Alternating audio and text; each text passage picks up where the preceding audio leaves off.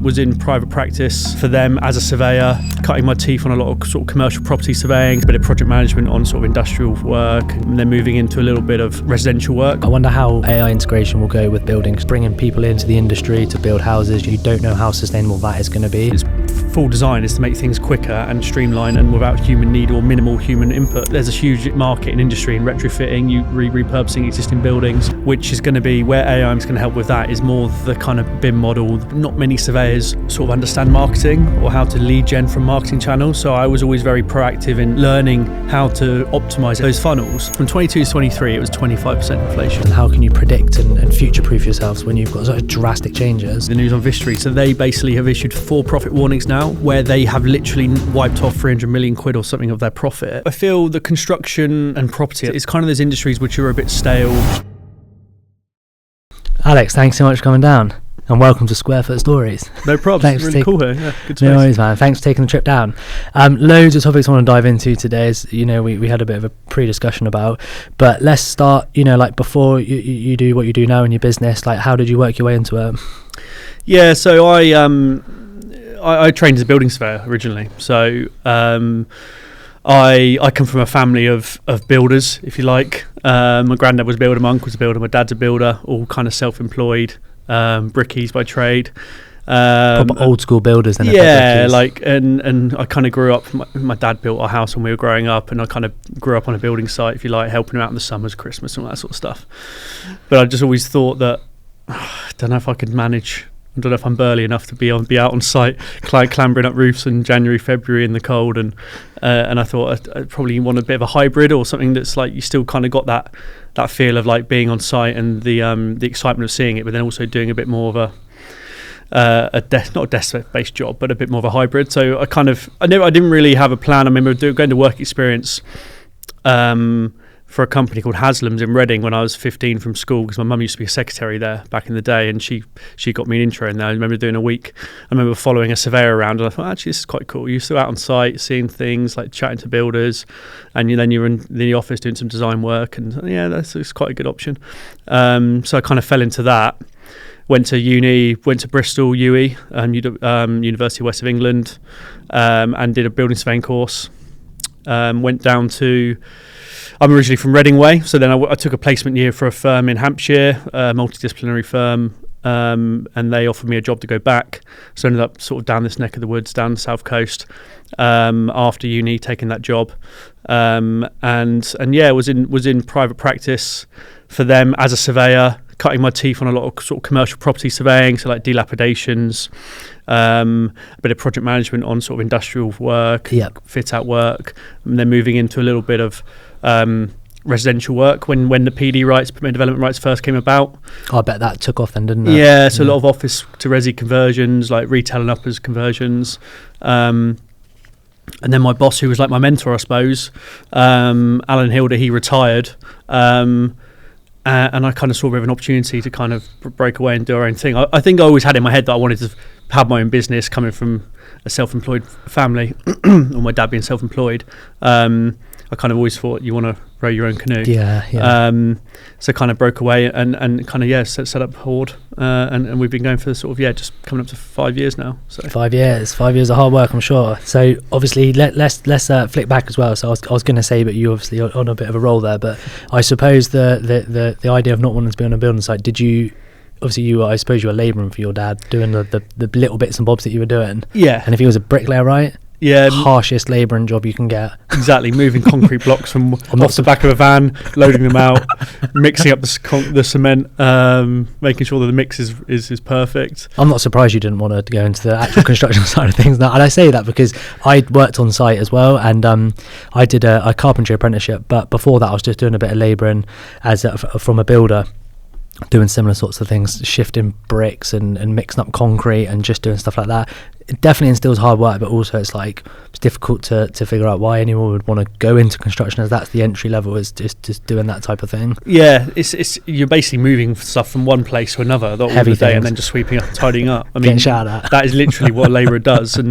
But there is, there is kind of a skill to it. My dad would always say that good labourers are really hard to come by because they've got to kind of be second nature, thinking what's next, and it's those ones that got a bit of intuition and the ones that kind of progress up. And it's true, because to find a skilled labourer as such, because usually they start as a labourer and they're skilled and they've got a bit of savvy, they usually go on to the next thing. So to find someone that stays as a labourer as such but has still got savvy is super difficult. Really super difficult.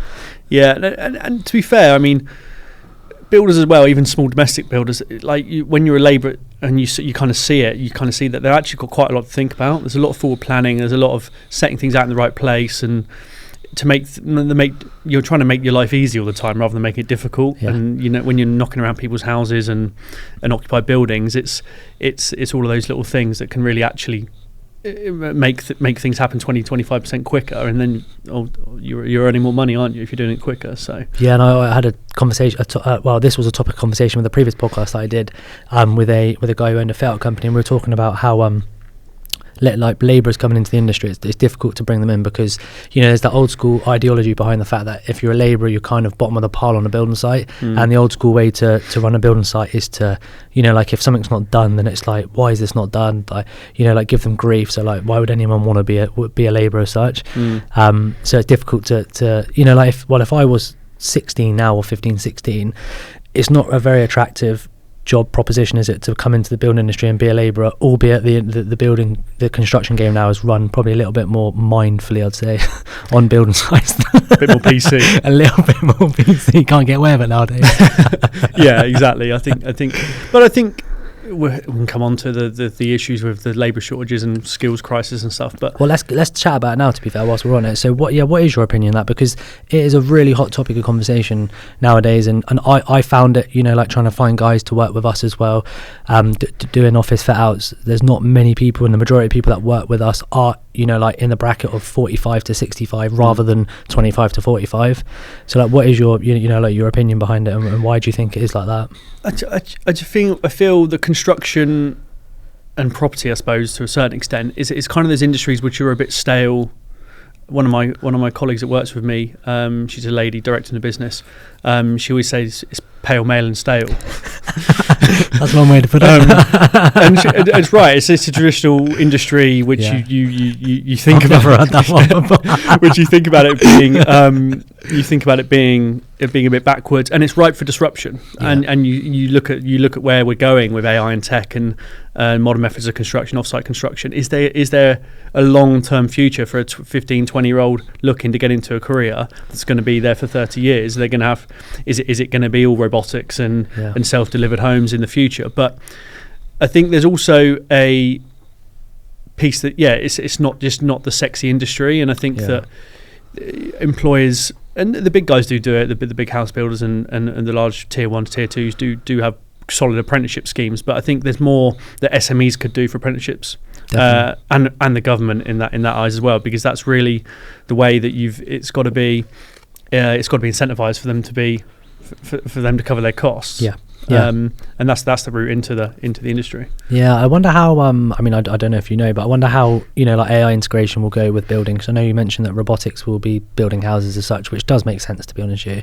I don't know how much they cost, but if you wanted to fork out a few $100,000 for a robot, by no means do I know it's $300,000, by the way, I'm just hypothetically saying, to build a house, the cost saving you get between having all the people, and also the sustainability of it as well, bringing people into the industry to build houses, you don't know how sustainable that is going to be. So it's no surprise robots might be taking over, but I don't know if you know any other ways that AI might be integrating in construction. Yeah, well, I think obviously the purpose of AI and tech is to remove the human error and the human need for delivery. It's 100% precision, and I think that the modern methods of construction, your off-site modular construction, although that's had a really rough time over the last COVID period and beyond due to insolvencies and liquidity issues, but essentially its full design is to make things quicker and streamlined and without human need or minimal human input. So I think there's always there's a lot of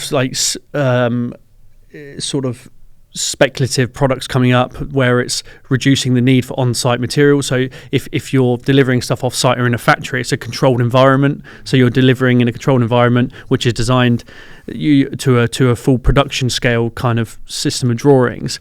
So it's almost a manufacturing business. These modular homes and sort of SIP panel companies, they're manufacturers. They're not really constructors.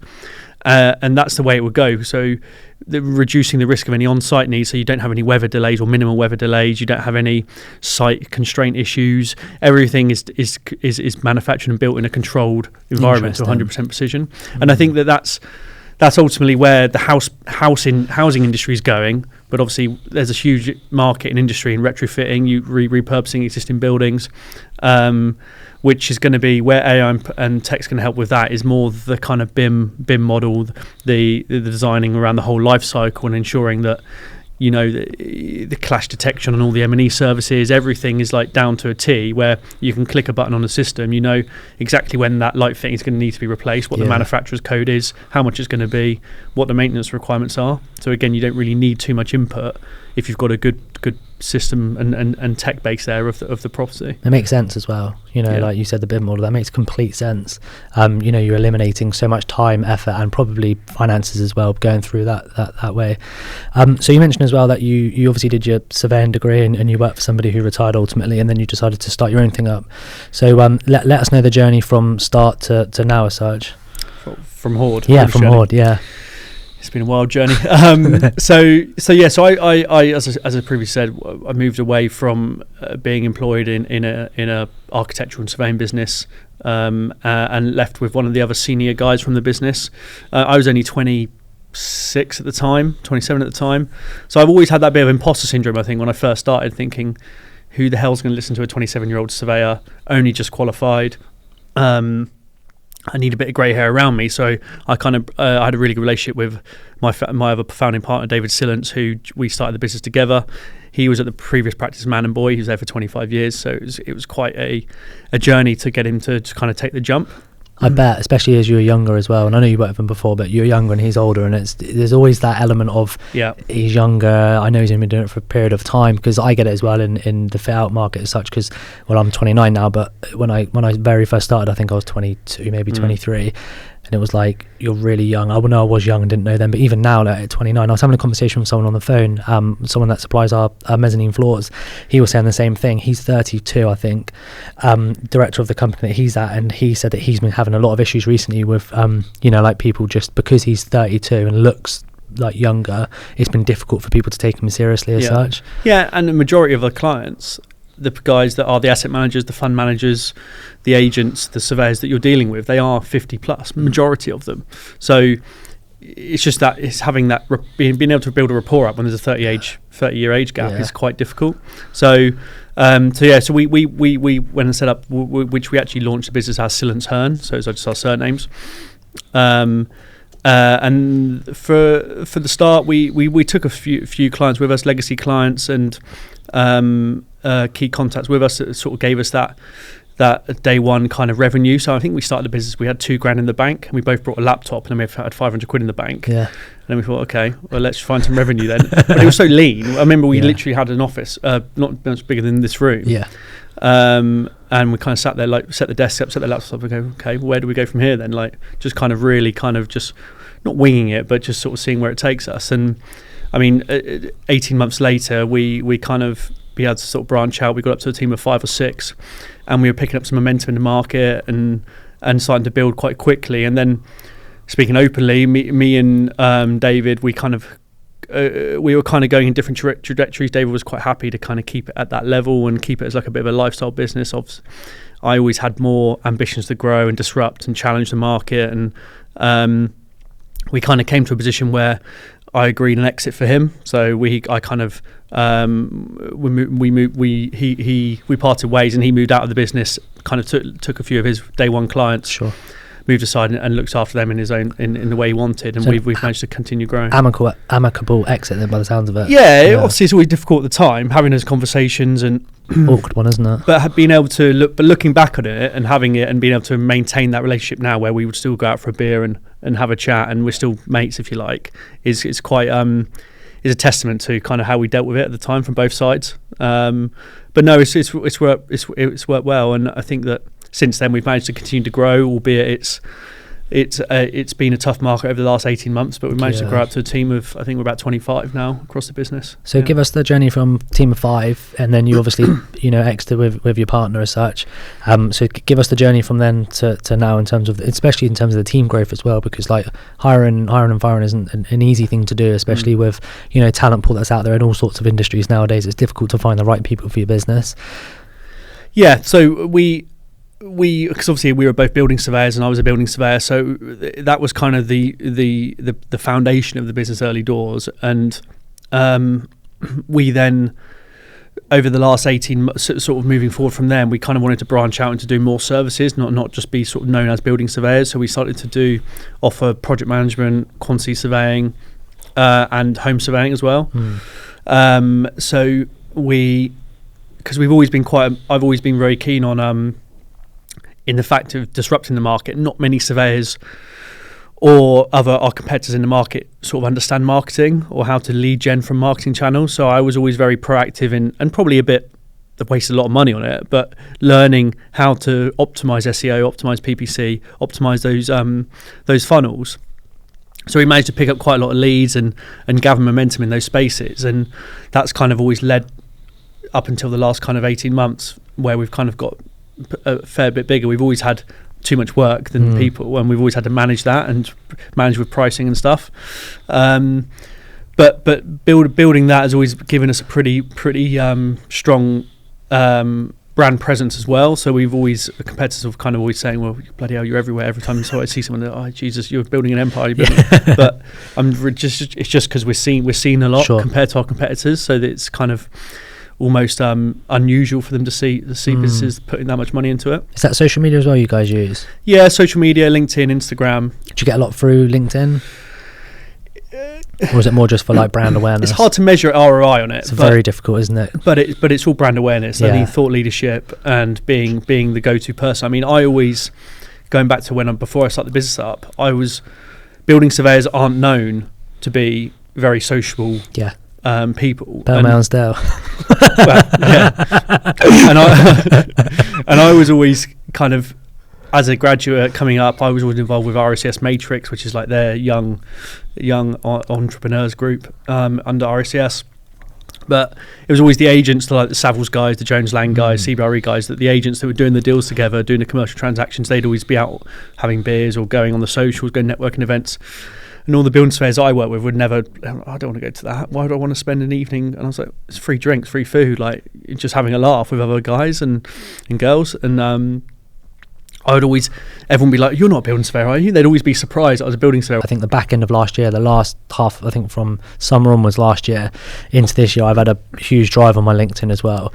Thought leadership stuff as well, because we're the same. It's very difficult to quantify or create a metric of how much business you've brought in off of LinkedIn, because it's almost like, like the possibilities are infinite in theory, because like you don't know who it's reaching and you don't know how long you're going to be in the top of their minds for and then you don't know when they might need some work and they subconsciously think of your name. It's really difficult to quantify it.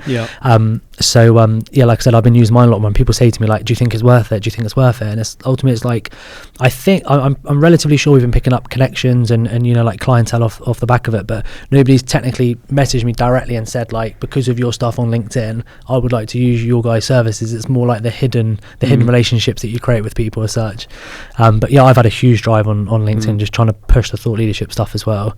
Yeah, because I think whatever industry, even if you're really niching down into a really specific area, fit out or surveying or whatever, if you're known as the guy that's talking, or the girl that's talking about that, then people are going to come to you. You know what I mean? So it's always seemed to work well for us, and I think it's important really for anyone just looking to push on and build a personal brand. It's really good positioning. Just a short break from the episode, which I really hope you guys are enjoying. This podcast has been invaluable for me, and I hope it's providing a lot of value for yourselves. If you could just do me one small favor and subscribe to the podcast on your favorite platform, not only does it help me and the podcast, but it also helps share stories and insights from the industry that we find ourselves in. I hope you enjoy the rest of the episode. Yeah, personal personal branding side of things as well, especially. So like, I think I started from a personal brand perspective, but also just from like company exposure as well. Just to trying to get ourselves out there as such as a company was a really important one for me. So yeah, obviously you're 25 staff strong nowadays. How's the business? I know you mentioned earlier it's project management and quantity surveying and sort, but how's it split specifically in terms of like all those 25? So now this year we're moving to a group structure. So we retain our Horde consulting business as the main sort of commercial surveying business, PMQS business. We will then have a Horde Home, which is our residential surveying arm. So that business is driven around relationships with estate agents, conveyancers, mortgage consultants, people needing acquisition surveys for moving house or valuations. So that's a real sort of lean team of sort of 4 or 5, which are just on the road doing surveys all the time, sort of 4 or 5 surveys a day. Really slick, sort of like just churn cash flow business. Yeah. The consulting business is split 50, probably 60-40 in favour of PM and QS at the moment. So there's 5 in the commercial surveying team, commercial building surveying team, and then 6 in the PMQS team. And in the PM and QS front, we do a commercial work as well, but a lot of residential development led stuff through Developers Club and other lead channels like that. Well, I actually saw a post on LinkedIn. You were representing a pair of people actually that I follow on social media, Tyler Newman and Rosie Cassidy. I followed them for a long time on social media, and I saw your I'm pretty sure I've seen one of their video content of the exact site that I think you did a video around the site, maybe. I think, correct me if I'm wrong, by the way. Yesterday, that's it. Yeah, yesterday. You posted a video, and I saw that, and I thought, Tyler Newman. Like I recognise both of them. To be fair, I've been following them both on social media. Did you pick them up from the boardroom, or is it something that you knew from before? Developers Club? Was it? Yeah. So Tyler's been a member there. I think from pretty early on, and Rosie has been a member in the second board group. But yeah, both very different characters, but have a JV relationship for this development. But Tyler runs a luxury property agency business. He's a very big social following. Yeah. Defined his social media is luxury. Yeah. Everything about it is luxury, and he nails it. And Rosie's very much more delivery. Comes from a family of pretty esteemed developers in the Midlands, and is really, really switched on for her age. Really, really good clients. And you picked them up from the boardroom, right? Correct. Tell us a little bit about the boardroom whilst we're on that topic, actually. So the Developers Club, they launched, I think, 3 years ago now. So they are a group. Their mission is to deliver 10,000 homes by 2030 as a group. Yep. They're made up of, they call themselves a young and impactful group of developers between the age of 25 and 40, based all around the country, UK and Ireland. And they it's set up in a way where they have a couple of boardroom boards, which are developers that are doing probably like 30 units and upwards a year across the country and different sectors, some luxury, some high end, some flats, some conversions, etc. And then they have 5 exec groups now, with the 5th one launching on Friday, which are guys that are looking to scale from sort of single unit HMO stuff up to multi-unit schemes. And then underneath that they have an academy, which is people that are in the property industry but want to learn how to be a developer. So they've got kind of 3-tier layers to the board, to the group, sorry. And they it's really good to be involved with, because they're actually such a driven room of people that are business owners and entrepreneurs in their own rights, whether that's in a marketing agency or a state agency or something completely different, but they want to get into development. So they take them through the modules of how to learn the different sections of like sourcing, debt raising, financing, delivery, etc., and we deliver the delivery modules for the executive. I think that's why I mentioned earlier. That's why I was quite yeah, no worries.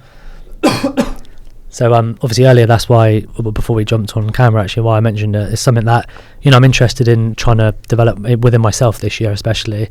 So when I saw it, and I saw obviously you were part of it, so you deliver the talks for them, right? Obviously you're part of the boardroom anyway, or the Developers Club, I should call it. Yeah, so in the board, there's a monthly board meeting in Mayfair in a very nice hotel. In terms of like achievements, do next, etc. And then we have a couple of board meeting topics. So the members will come with like an issue they have, or I don't know, something around financing or sourcing or delivery, and then we'll share our thoughts and advice around it. And then they have a guest speaker who's like usually they had a guy from head of planning at Barrett's speaking yesterday. Wow. Like it's really high-end guys that are delivering big stuff. And every month we provide we sit on their advisory board as their construction advisor, so providing them with PMQS and build costs updates, and we essentially do half an hour presentation every month to give them an update on what we're seeing, build rates we're seeing, issues we're seeing in the market, things to watch out for, reg changes, like Building Safety Act's a big topic. Massive in one. that space. So really good. It's a really good group, and for anyone looking to get into development within that age bracket is definitely they're the go-to organisation. I'm sold. Yeah. I'm sold. Yeah. You mentioned actually within that you deliver little presentations on things to look out for, especially in the construction side of things in the building. But so like, what have we got to look out for, especially in 2025? So that's a big question. Yeah. Well, even if you niche down to like maybe like building cost, is that something we need to look out for? So fresh off the press of yesterday from my presentation, but in terms of build costs, I think the outlook is for 2025 that costs are kind of stabilising, whereas you had COVID, Brexit affecting supply and demand quite dramatically over the last 2 years, where material prices were literally fluctuating 20-25% week on week sometimes, and it was almost impossible as a QS to predict. We're in a position now where demand's been quite low, output's been quite low in the construction industry. It's due to pick up slightly in 2025. I think with housing is going to carry it with where the government focus is going to be, so housing output's going to go up. And data centres, and they're expected to rise like 30% this year over the next 2 years. So that's going to increase potentially costs against MEP and green tech, so like your air source heat pumps, your MEP fixtures and fittings, and the labour costs.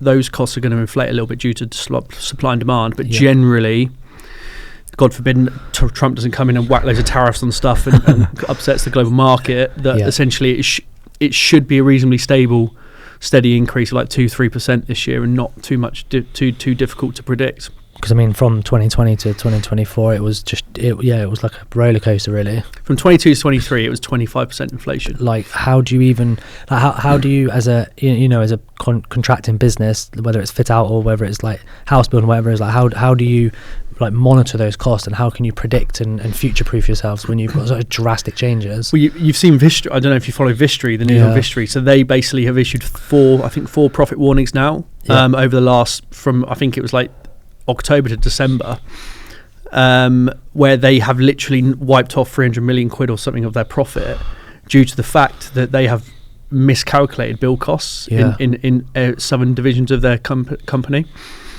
and where they are Vistry have kind of been the unicorn in the residential housing market over the last couple of years, because they've gone to a partnerships-led model. So they've focused on forward funding partnerships with housing associations, so they are locked into a revenue which they can't adjust. So whereas traditional house builders will be able to absorb a bit of cost fluctuations because they can just play with the sales costs and the open market spec and try and find 5 and 10%. Whereas if you're in a forward funded model and you're an agreed price at the outset of the contract, that 25%, you're fixed in. So literally any pain you absorb, or build costs or mistakes you absorb in that process, you stomach. Yeah, and I mean, so 25%, like you said, there is it's too much to stomach. I mean, you look at you look at the Vistry thing, and also look at the ISG as well. Like, that was a huge one for our industry as well. Like, that sent ripples through our industry. I mean, there was I connect with a lot of people on LinkedIn who worked for ISG, and a lot of things that come out of that as well in terms of the profitability and bits and bobs was drastic for our industry.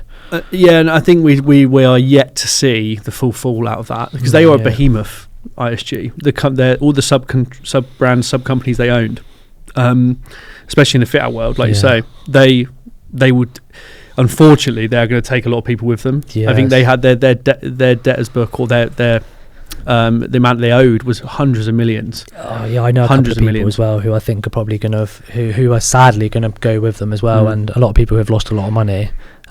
which is devastating for a lot of people.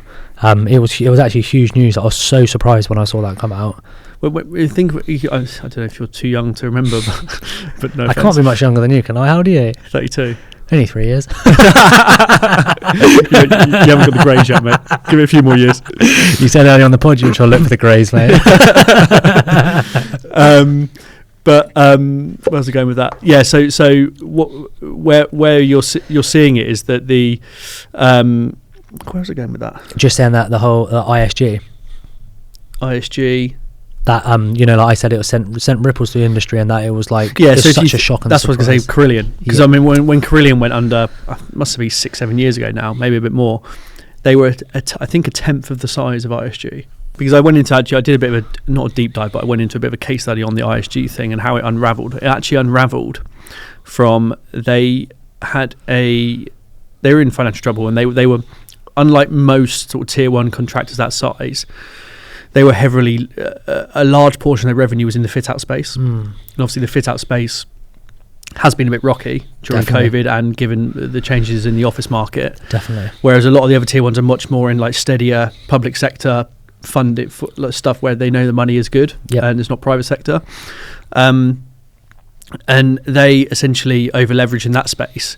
They actually, what triggered them was a 75 grand winding up order issued by a subcontractor. Wow. Which then triggered the HMRC to investigate them or start probing them on their unpaid VAT and all that kind of stuff. Oh, and that triggered the whole thing. That was the domino effect. A winding up order, yeah. Wow. I did not know that. You don't hear about that sort of thing, to be honest. You obviously hear about winding up petitions, but I didn't hear about that specifically for the ISG case whatsoever. It's amazing how I know it's a large thing, but a small thing in comparison to the giant that is ISG actually is the domino effect that eventually knocked them over as such. You mentioned in there as well about the how rocky the fit out market has been in terms of the commercial space. So like what's your opinion on how the commercial space in terms of the office space specifically has been since COVID as such, since 2020, and where do you think it's going to go in the next couple of years? I think there's a big focus on moving towards quality led spaces. I think the trends we're hearing from commercial agents and landlords that we work with in London, because London drives the market, is that smaller, quality, fully fitted, sort of plug and play, Cat B, Cat A plus. Everyone defines it differently, but those kind of quality-led spaces where it requires less input from a tenant to walk in and have setup costs. They can walk in, they pay a little bit more of a premium, but it's a bit more of a flexible lease, shorter-term lease.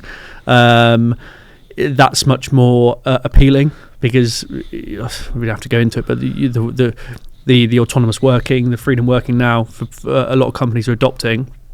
They don't need hundreds of desks. No, you don't. They can work. They can operate 100 people from 10 desks, and I think that's much more. It's much more focused on those 10 desks in a much more high quality space with a decent breakout area, access to gyms, leisure facilities, ESG focus, is really where that market's going, and I think that's what you're seeing, but it's going to take time for those institutional landlords, those funds, to really adopt that. Yeah, so I bet that's a long process trying to do that, especially. What you touched on there as well, the whole flexible working thing. What is your opinion on flexible working out of interest? Because it's been it's become a massive, dynamic shift in the office space since COVID. In fact, obviously that pushed it, but since COVID, the whole idea of flexible working has become a really hot topic and a buzzword as such. And I'm sure there's various different companies who have played with the idea of flexible working, people coming in, people not coming in, half weeks, people coming in for 2 or 3 days. What is your opinion, and what do you guys do actually at Horde? So one of our core values is be autonomous and trusting. So we coined the term freedom working. So we don't have any restrictions on when people come into the office, what times they work to a certain extent. It's almost like a high performance, high trust culture. Yep. So especially in our industry where 30 to 50% of it is site based, you're traveling to and from site. Why is it doesn't make sense to make people come into the offices or the office for certain days a week when if they're going to be much more productive from home, they've got a good house office set up. And you naturally find that if people want to come in and they can be more productive from work, they will. Where if they've got young kids or families and stuff, they haven't got the quiet space, whereas some people love working from home because they've got a great setup. Why restrict it?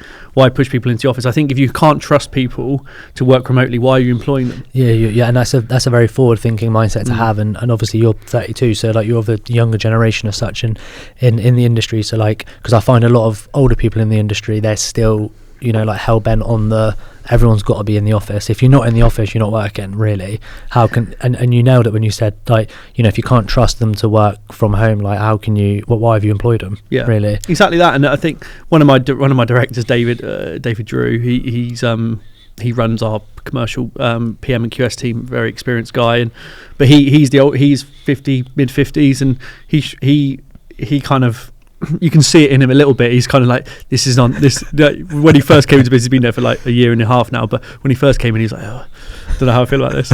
But he likes people to come in just for a weekly meeting so they can sit around a table. But apart from that, it's kind of it's kind of you can be completely autonomous. But it's a mentality thing. I think there's I think there's a massive place for the you know, like if there is.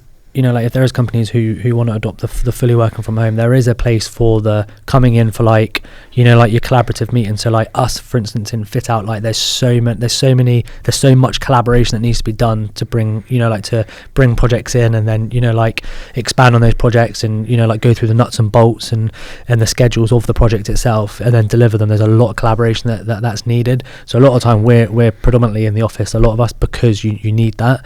But also, like, there is if you are, like you said, I'm mimicking what you're saying, really, but, you know, like, if you are more productive from home, then you should be able to work from home.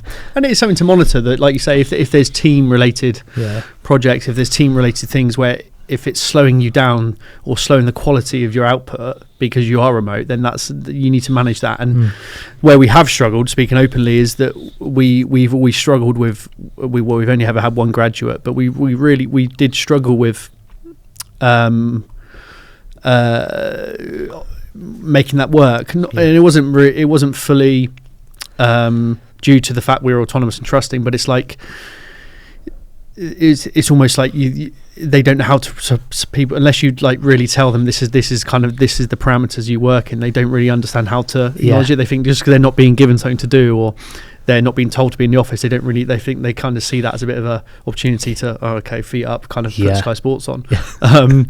But so you do need buy-in from both parties. If as an employer we say, look, high performance, high trust, do whatever you want, that as soon as you break that trust from your side of the thing, then that's kind of you're kind of taking away the flexibility from your side. Yeah, I know, it's credit to you to implement that model, and especially if you're swaying people who have been in the industry, been working for 20-30 years, who are 50 plus, who are buying into it as well. That's where we found it difficult, I think.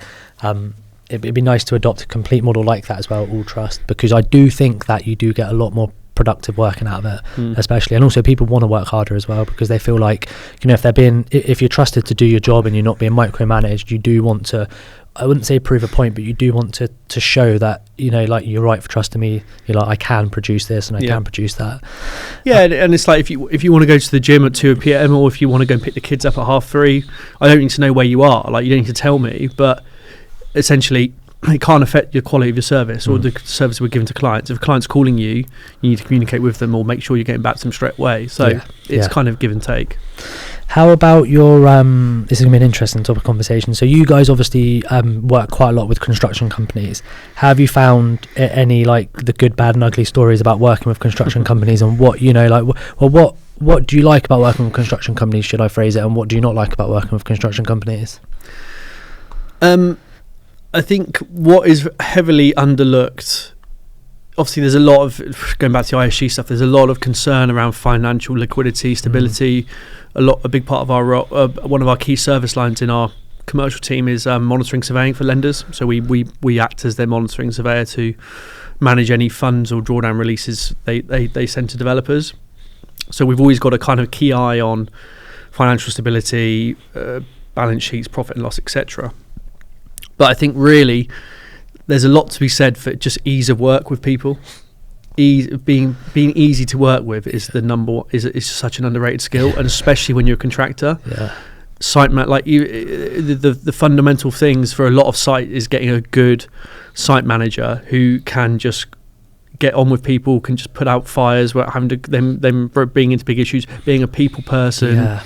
and just being able to manage those day-to-day relationships. As soon as you've got a combative site manager they think everyone's against them, and that can unravel quite a lot of fiddly occupied building sites and stuff where it's kind of tricky. It's interesting you say that, sorry to interrupt, because it's just sprung something in my mind, that it's funny that construction sites are like that. You get a site manager and then everyone else on the construction site, it's almost like a divide between them. Like there's the site manager and everyone else, and they're not that they're battling, but it's always like, oh, like he's like saying this or he's saying that, or like, you know, like he's implementing these rules which we don't have to do, or whatever it is. There seems to be a divide all the time between that. So trying to find a site manager who's got, you know, like a real, you know, like he's really good at communicating his thoughts and like the ideas for the site, and also just working with the people on site is actually really hard to come by.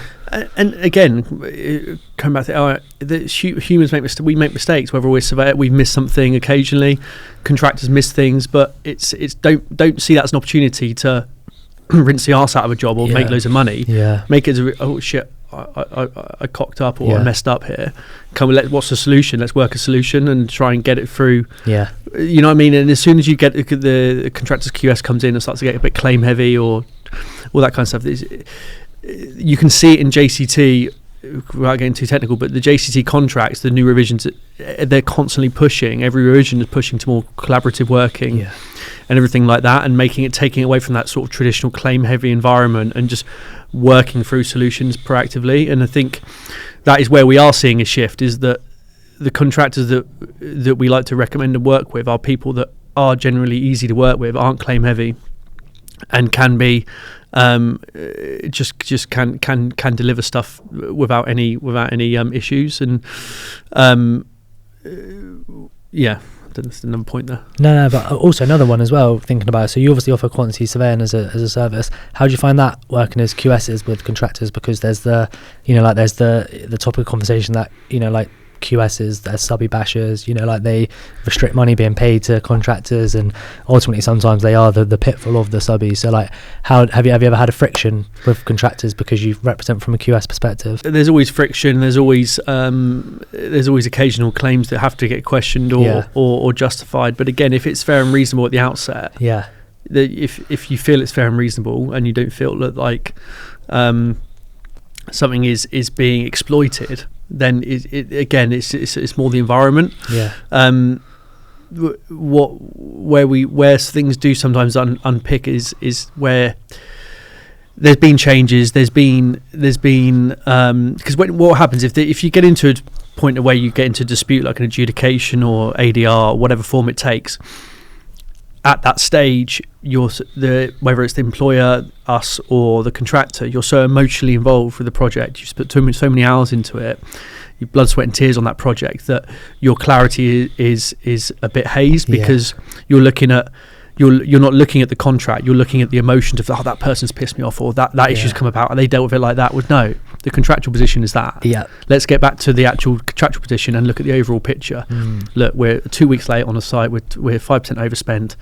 Have they done a good job? Have they complied with the contract? Yeah. Okay. Well, let's get that back down to being back on track. As soon as you get into that ADR and exploit those kind of those contractual mechanisms, it never works out for any party. It's interesting you say it from an emotional perspective as well, because I do, they're contractually as well. There are subcontractors who they are hard done by contractually, but also you look at it from the perspective of you say like the emotional side of it, like they do act on emotion a lot of the time, and like they're emotionally driven because, like you said, they have put their blood, sweat, and tears into the project, and they're hell bent and caught up on the the reactions and the emotional reactions, and like that side of things, rather than, like you said, pull it back to the contract and like what looking at it from a holistic perspective. Like, we are 2 weeks over, 5% overspend, whatever you said earlier, like contractually, like you are in the wrong here, not like I've pissed you off, like contractually the documents suggest you are in the wrong here. So there is that side of the coin as well. At the moment, we've issued PC today on a project, 750k, not huge industrial project, and the contractor is a little bit late. There's been a bit of weather delays. There's so many bits and extensions of time claims and bits and pieces that are moving parts, but they're 4 weeks late. They've done a reasonable job. There was a little bit of communication issue at the start. Client kind of there's LED provisions in the contract, but I think enforcing the whole amount's unfair. So it's kind of coming up with a deal, and we're talking about, when we get down to the nitty gritty, you're talking about 20 grand here or there, and you're kind of a stalemate of, okay, well, let's just meet in the middle and get it done and just move on with things. No one's going to win for 10 grand. No. It's a principal play rather than or a pride play rather than actually a commercial decision. decision. Yeah. So it's always that's always where we sit as surveyor and PM. Really, obviously, contract administrator should always be kind of independent and view things from the contract's perspective, because that's what their role. But when you are client rep or you are PM QS on it for the client, you kind of a big part of it is managing that client relationship and just making sure that they kind of fully understand the whole picture of the contract. It's interesting just to hear your standpoint from it, because I've spoken to a lot of contractors on here. Rather than having like a PM QS perspective, I've spoken to the contractor side of things. So it's interesting to hear your standpoint from your side of things, which makes sense, and there's an argument for all parties, to be fair, at the end of the day. Moving on back to the business itself. So like, what's you've grown like rapidly over like since you started. Like you said, from 5 to 25 team members. Like, what's the plans going forward with the business? So we want to be 10 million turnover in 3 years across the three. So I don't think I finished that, but with our group, we're moving to group structures. We've got a home surveying business, our commercial surveying business, and we've also got a development business. And we want to be 10 million turnover in 3 years across those three businesses. So yeah, I think it's a tough market from a recruitment perspective, and I think that's our biggest barrier to growth, and it always will be in our industry, is how to find enough quality talent quickly enough to scale. But we always remain. I always remain. I've got a nickname in the office called Turbo Turtle, because whatever anyone says, I like to turbo it. But I always feel that we have to be pushing, we have to be growing, and it's quite a lofty goal, but that's the overall aim. And then what's you mentioned there's three arms, obviously we've touched on a couple of them. What about the development side of things? So are you like residential developers? Are you commercial developers? So at the moment, we are live on 2 residential sites. Again, this is from the Developers Club. These opportunities have come about. So we are JVing with developers that have sourced a site, sourced land, and because they don't have the full experience in delivering sites of that nature. So, for example, the one we have live is 9 million GDV, 9 houses in Esher and Surrey. Really nice area, 1,000 a foot sales values. Where we can add value as a delivery partner to the developer is we will obviously manage bringing the construction team and the contractor into the fold. We also, because we sit on a lot of panels, development finance panels for lending as QS, we can bring in quite good relationships with senior lenders and debt lenders, and get some really competitive rates and give them security that we're involved with the scheme. And then also we can deliver the scheme, so we can manage the design process, we can do the PMQS delivery. So for developers that don't want to scale into construction, because I think if you're a developer, you either stay lean and just focus on return on capital, or you build a construction business where you're delivering stuff, and a lot of developers don't want to go down that route. So we're kind of offering a solution to developers that want to stay lean and being a JV partner for them to deliver. And rather than acting as a traditional consultant, we will take a lower fee at cost, and we will take a profit share and put some of our own money in.